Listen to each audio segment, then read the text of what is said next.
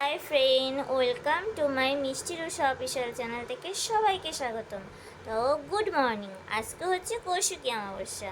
তো কৌশিকী অমাবস্যা সেহেতু আজকে আমি যাব গঙ্গায় স্নান করতে। তো আমি সারা রাত ঘুমাইনি, তো আমার চোখ দেখে তোমরা অবশ্যই বুঝতে পারছো সারা রাত ঘুমাইনি। তো এখন বাজে 6:40। তো আমি যাব গঙ্গায় স্নান করতে, কারণ আজকে হচ্ছে গঙ্গায় স্নান করার নিয়ম আছে। মানে আমাদের শরীরের যত নেগেটিভ জিনিস আছে সেগুলোকে গঙ্গায় স্নান করে মা গঙ্গাকে সেগুলো দিতে হয়। তো গঙ্গায় স্নান করার জন্য কী কী লাগবে আমি অবশ্যই তোমাদেরকে বলে দিচ্ছি। সেটা হচ্ছে কুশ পাতা লাগবে আর তিল লাগবে অবশ্যই। তো যারা যারা গঙ্গায় স্নান করতে যাবে বা স্নান করছো তারা অবশ্যই বাড়ি থেকে কালো তিল আর কুশ পাতা নিয়ে যাবে। এটা দিয়ে তোমরা স্নান করবে আর সেটা গঙ্গায় চড়িয়ে দেবে, ঠিক আছে? তো আমিও সেটা দিয়ে স্নান করব। তো আমি কী কী করছি, কোথায় যাচ্ছি, কীভাবে যাচ্ছি অবশ্যই আপডেট দেবো। আর আজকে সারাদিন আমি তোমাদেরকে পুরো আপডেটটা দিয়ে দেবো, কিন্তু ভিডিওটা হয়তো 2 দিন পর যাবে, কিন্তু পুরোটাই দেবো। আর যেহেতু কৌশিকী অমাবস্যা, তো আমার বাড়িতে মায়ের পুজো হবে। তো মায়ের পুজোতে তো আমি অঞ্জলি দেবো, পুজো করব আমার নিজের হাতেই সব কিছু। তো কালকে গিয়েছিলাম দশকর্মা বাজার করতে, তো সেটা তো তোমরা অবশ্যই দেখেছো। তো আমার বাড়ির পুজো করব, ইচ্ছা আছে শ্মশানে যাওয়ার, শ্মশানে যজ্ঞ হবে। তো জানি না শ্মশানে যাওয়াটা কত দূর হবে। তো আমি সারাদিন কী কী করছি অবশ্যই তোমাদেরকে আপডেট দেবো। তো বাই। হাই ফ্রেন্ড, কালকে যেহেতু কৌশিকী অমাবস্যা, তো আমি আজকেই চলে এসেছি দশকর্মার দোকানে। তো দশকর্মার দোকানে মায়ের জন্য কিছু দশকর্মার জিনিস নিতে চলে এসেছি। তো দেখতেই পাচ্ছ, তো আমার বাজার করা হয়ে গেছে। তো আমি কৌশিকী অমাবস্যার দিন সকালবেলা চলে এসেছি গঙ্গায়। তো গঙ্গায় কী করতে এসেছি, গঙ্গায় করতে এসেছি আমি স্নান। তো স্নান করার আগে এখান থেকে মিষ্টির দোকান থেকে কিছু মিষ্টি, বাতাসা, ধূপকাঠি আর মোমবাতি নিলাম। তো দেখতেই পাচ্ছ, এটা আমাদের গঙ্গার রাস্তা, মানে গঙ্গার ঢোকার যে গেটটা, সেই গেটটা। তো দেখতেই পাচ্ছ কি সুন্দর অসম। মানে আমি যখন এসেছি তখন বাজে 7টা। তো সকাল 7টার সময় আকাশটা দেখো কত সুন্দর, আর কত লোকজন কত দূর দূর থেকে এসছে, তোমরা না দেখলে বিশ্বাসই করবে না। তো যার যার বাড়ি পায়াটাঙ্গায় গঙ্গার সামনে মতলব মুকুন্দনগরে ঘাটে যারা যারা ঘুরতে আসে, তারা তারা অবশ্যই জানে যে আমাদের এই গঙ্গাটায় ঘুরে যে কী মজা, যে একবার আসবে সে জানতে পারবে। তো দেখতেই পাচ্ছি, এটা আমার মাম্মাম আর আমার মা চলে গেল স্নান করতে। তো এখন দেখো স্নান করবে, স্নান করতে করতে দেখো কত দুষ্টুমি করবে। এখানে অনেক বাচ্চারা আছে, খুবই দুষ্টুমি করছে। এখানে একটা ভাই আছে, এই ভাইটাও দেখো কি দুষ্টুমি করছে। আমার মাম্মাম এখন স্নান করবে। তো আমি সবাইকে একটা কথাই বলবো, কৌশিকী অমাবস্যায় তোমরা যদি স্নান করতে চাও, তাহলে প্রথমে নেবে কুশ পাতা, তারপরে হচ্ছে নেবে বেলপাতা, তারপরে নেবে জবা ফুল, তারপরে নেবে তিল, আর হচ্ছে ধান। এই দিয়ে আর একটুখানি গঙ্গা জল দিয়ে এটাকে দিয়ে স্নান করবে, ঠিক আছে? তো তোমাদের স্নান করলে তোমার যে যত ফাড়া আছে, তো সেই বিপদগুলো কেটে যাবে। তো আমিও নিজেও স্নান করেছি আর আমার ফ্যামিলি সবাইকেই স্নান করিয়েছি। এবার তোমরা ভাবতে পারো যে তুমি এত কিছু কী করে জানো। তো সত্যি কথা বলতে, আমাকে ভগবান যতটুকু দিয়েছে আমি ততটুকুই তোমাদের কাছে শেয়ার করি, কারণ আমি চাই তোমরাও ভালো থাকো, কেননা তোমরা আমার ফ্যামিলি। তার জন্য আমি চাই তোমরাও ভালো থাকো, আমিও ভালো থাকি। তাই তোমাদেরকে বলে রাখলাম, যেহেতু ভিডিওটা আমার অনেক দিন পর আমি ছাড়ছি, তো সামনের বছর থেকে যারা যারা মানে আমার ভিডিও দেখো, তারা অবশ্যই কিন্তু এইগুলো করে চলবে। আর আজকে যেহেতু কৌশিকী অমাবস্যা, তো কৌশিকী অমাবস্যার দিন সকালবেলা অবশ্যই সূর্য উদয়ের আগে স্নান করা উচিত, আর সূর্য মামাকে অবশ্যই নমস্কার করা উচিত, কারণ আমি যেটা জানি সেটাই তোমাদেরকে শিখিয়ে দিলাম। তো আমার মামাম দেখো দুষ্টুমি করছে জলের মধ্যে। তো কেন দুষ্টুমি করছে, ও জল, এত সুন্দর জল ও কখনো দেখেনি, তো জল দেখে ও স্নান করতেই নেমেছে, স্নান করেই যাচ্ছে। তো এখানে মামামের আর এক দিদুন আছে, ছোট দিদুন। তো দুই দিদুন মিলে দুষ্টুমি সামলাচ্ছে।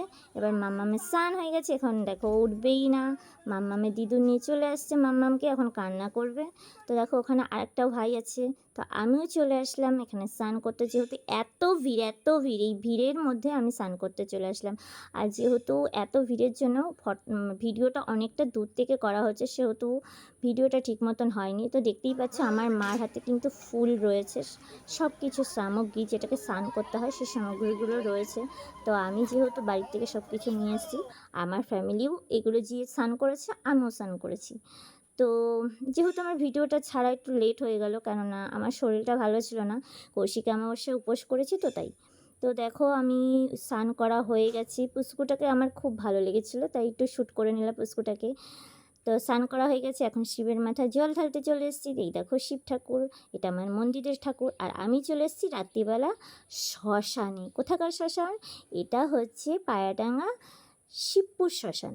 তো আমি চলে এসেছি শ্মশানে। শ্মশানে হচ্ছে মায়ের পুজো হচ্ছে, তারা মায়ের পুজো হচ্ছে। আর মা আমাকে মন থেকে ডেকেছে, আমি আসবো না তা কখনোই হয় না।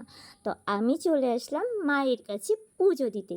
তো কে কে এই কৌশিকী অমাবস্যায় মায়ের পুজো করো তো অবশ্যই কমেন্টে বলবে। আর আমাদের এখানে কিন্তু এই শ্মশানে কিন্তু ভীষণ আনন্দ হয়, ভীষণ, এত পরিমাণের আনন্দ হয়, একবার না আসলে তোমরা বুঝতেই পারবে না। আর এখানে যে পুজো হচ্ছে এটা হচ্ছে বোকা সংস্থা, ঠিক আছে? তো এটা আমাদের একটা কাকুদের গ্রুপ বলা হয়। তো এরা এখানে 16 বছর ধরে পুজো করে। তো আমিও প্রত্যেকবার যাওয়ার চেষ্টা করি, যতটুকু পারি ততটুকুই পুজো করি।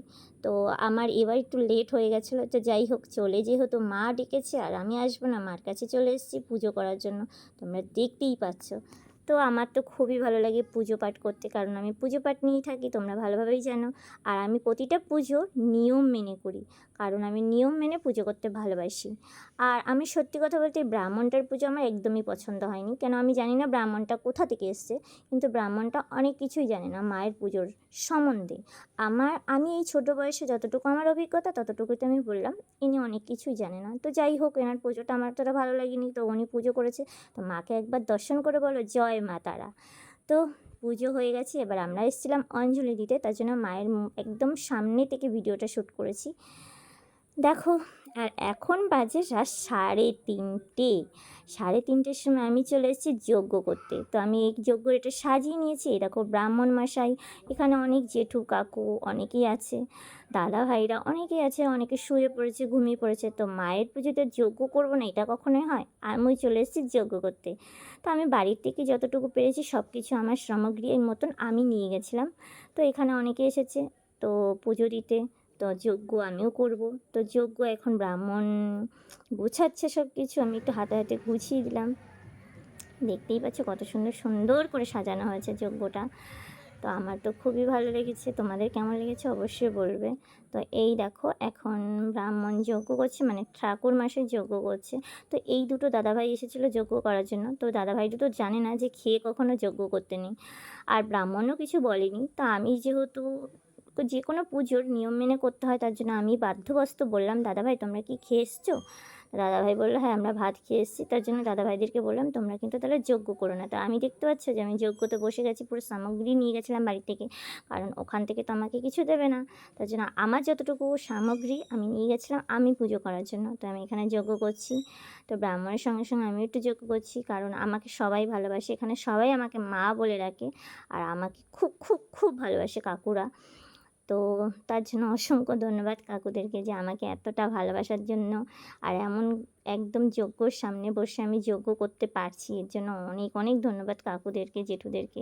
তো এখন যজ্ঞ কমপ্লিট হয়ে গেছে। এখানে দেখো দাদাগুলো গান করছিল শ্মশানের মধ্যে, তো সেখান থেকে একটুখানি ভিডিও নিয়েছি, তো তোমাদের তাই সেটাই দেখালাম। তো কেমন হয়েছে আমার ভিডিওটা অবশ্যই জানাবে। আর তোমরা কে কে এই ভিডিওটা দেখছো, কোথা থেকে দেখছো অবশ্যই কিন্তু কমেন্টে জানাবে। আর লাস্টে একটুখানি মায়ের মুখ দেখাবো না, এটা কখনো হয়? দেখো ব্রাহ্মণ মাসের পুজো হয়ে গেছে, এখন ব্রাহ্মণ মাসে গো টু হোম, মানে বাড়ি যাওয়ার জন্য ব্যস্ত হয়ে গেছে।